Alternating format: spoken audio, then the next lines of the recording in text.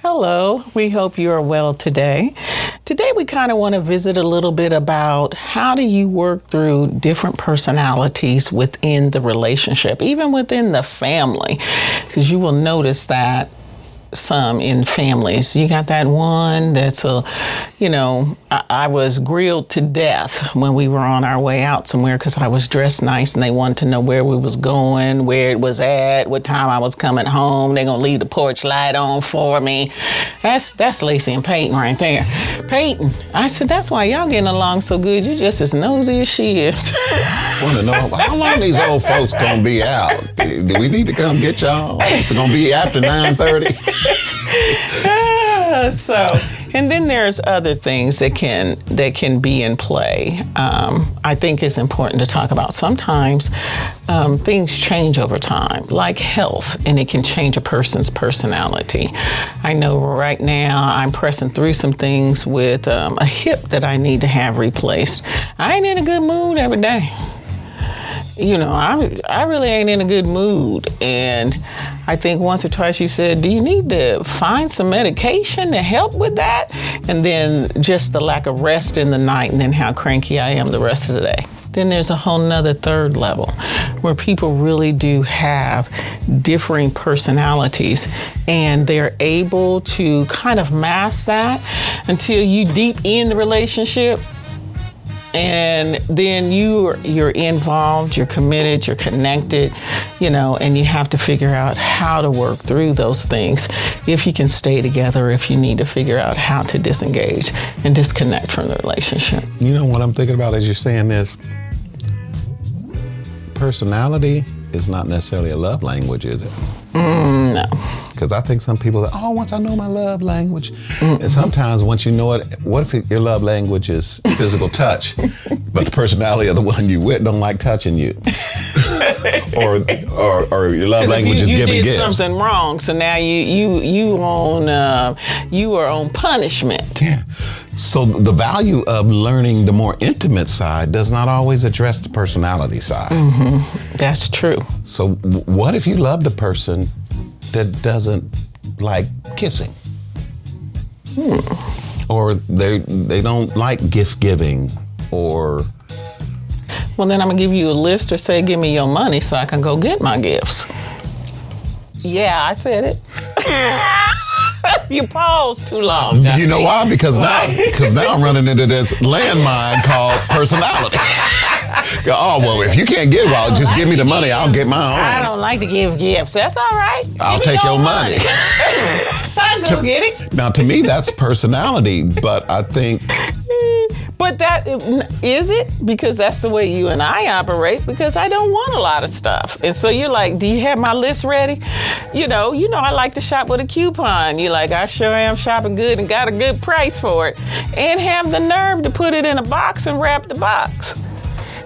But you don't hold me hostage to it. No, I don't. And I think that's the landmine part of it, because sometimes there's regret when it's like, why don't you know what I like? Yeah, I don't want to torture anybody like that, because I've been tortured that way by my mother. You ought to know what I like by now. Okay, well then you get what I like, since you want to play. That's personality. Landmines.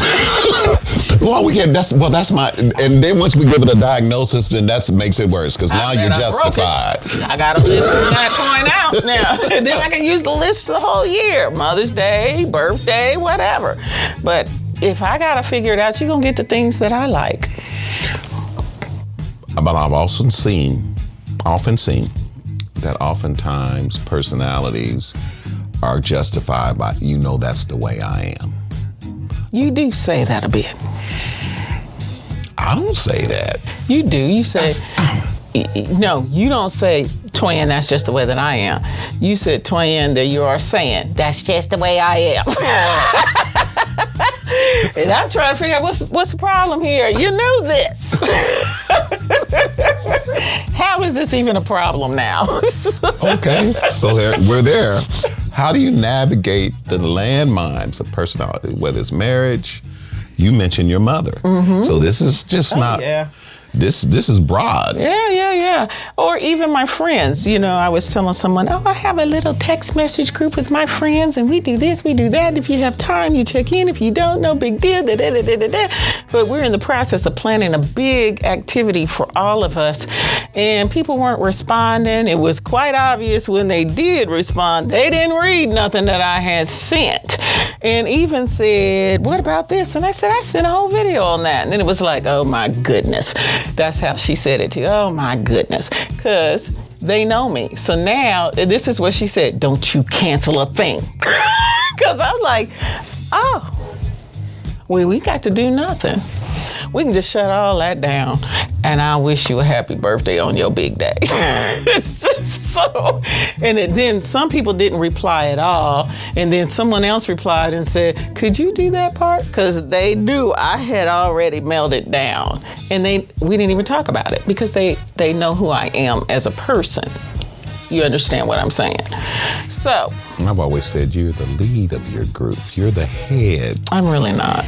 Yeah, you are. I'm really not. And they just kind of fall in. If I get... You need a friend. That's what you told your friends. You need a friend. I'm going to be your friend. They ain't asked for you to be their friend. We were 11 years old. And now we still friends. And now all of y'all going to be 60. All of y'all going to be 60, and you still in charge. So they know. Yeah, she didn't really take too well like that. No one asked you to be my friend. You look like you need a friend. So what is that person? What is that, Toi? I don't know, nosy. What? No, about you. You don't meet a stranger. I do. I meet lots of strangers. But not as a stranger. You meet them as like a friend. And they be looking at you like you said the other day, you and the aunties running there and the babies all around and y'all taking control. And they say, who is this woman? I didn't do that, did I? So what is that? I know what it is to me, but I don't know how it's perceived. I think, as I've always said about you, had that kind of person. People, so I had to go in there and do my business and leave. And I think that works. It works for you. Where it works and where it doesn't work, I'm assuming people probably have a different opinion about you. Well, I did hear on the telephone, no, I'd rather my mom be retired than you coming early to see about this. Yeah, you're probably right. She's probably the best one for the case, but I'm coming as soon as I'm free. And you better let me in. I don't know. But back to the topic of what about if the personalities are such that it leaves the other person feeling invisible, feeling violated, or feeling abused? You don't do that. You who?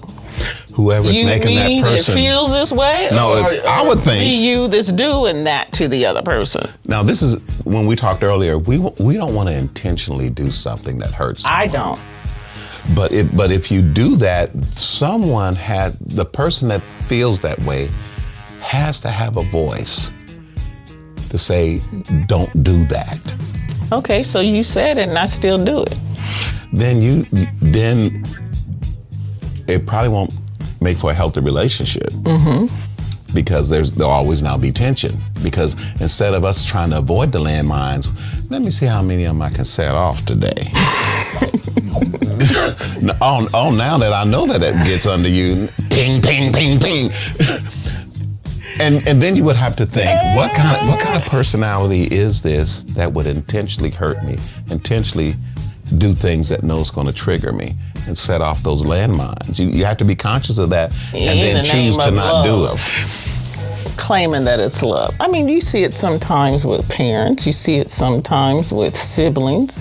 Yeah. You can see that a lot with siblings. Oh, yeah. You see it sometimes with, I can remember my aunties were in their 80s and they were still bickering, just picking at each other. And I asked the question, how long is all of this going to be going on? Y'all in y'all's 80s now. And the response was, probably till even after one of us is dead. That's my sister. So in other words, don't get in it. Because this ain't none of your business. This is our relationship over here. And I said, oh, okay. I see how it is. Okay. This is what I often said about systems. I believe our government, the American government, is more of a system. It's a reflection of a system. Our families can be a reflection of the systems. And once we have those established roles within those families, you go down the journey of a person's life and the system always looks the same until someone decides, I'm not going to do this anymore. Sometimes that change means you're not coming to family gatherings anymore, or it's always confrontational.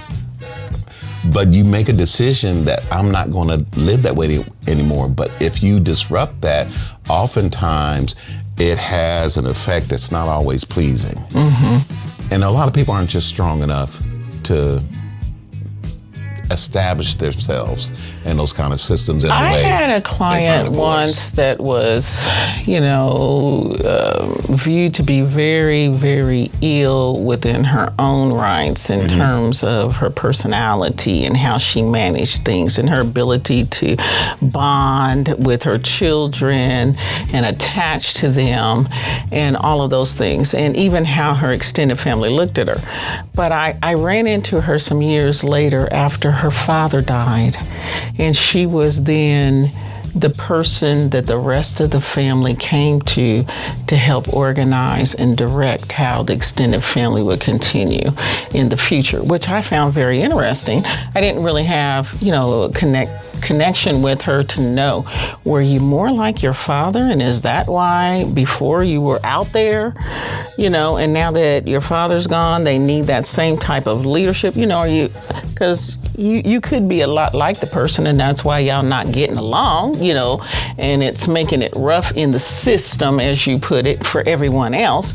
because you two aren't getting along, and nobody wants that boat rocked because it takes all day and nothing ever changes, about it. So it could be something like that, a shift in how things work because someone's no longer in the system. So maybe they decide not to come, and they were the scapegoat of every conversation. So then who takes that space next? Or can we operate without having someone in that position?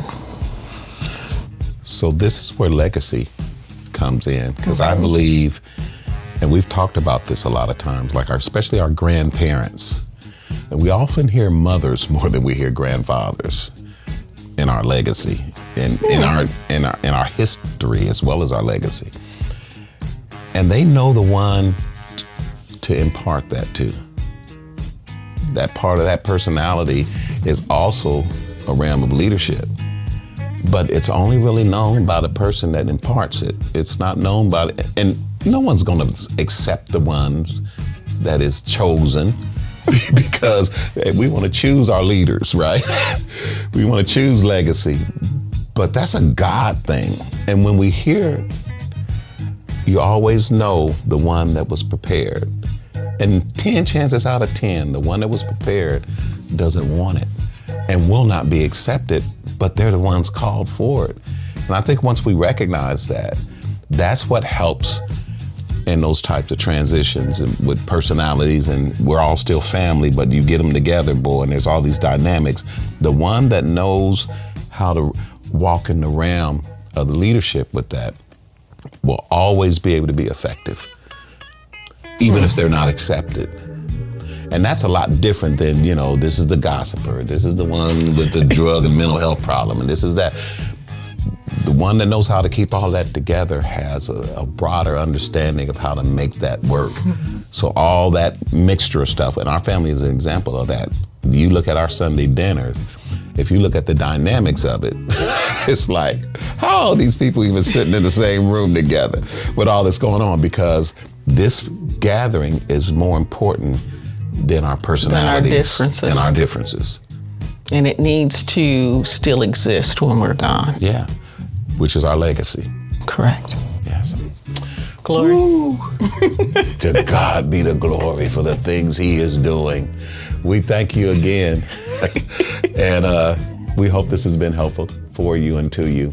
And we look forward to our next time together. Bye.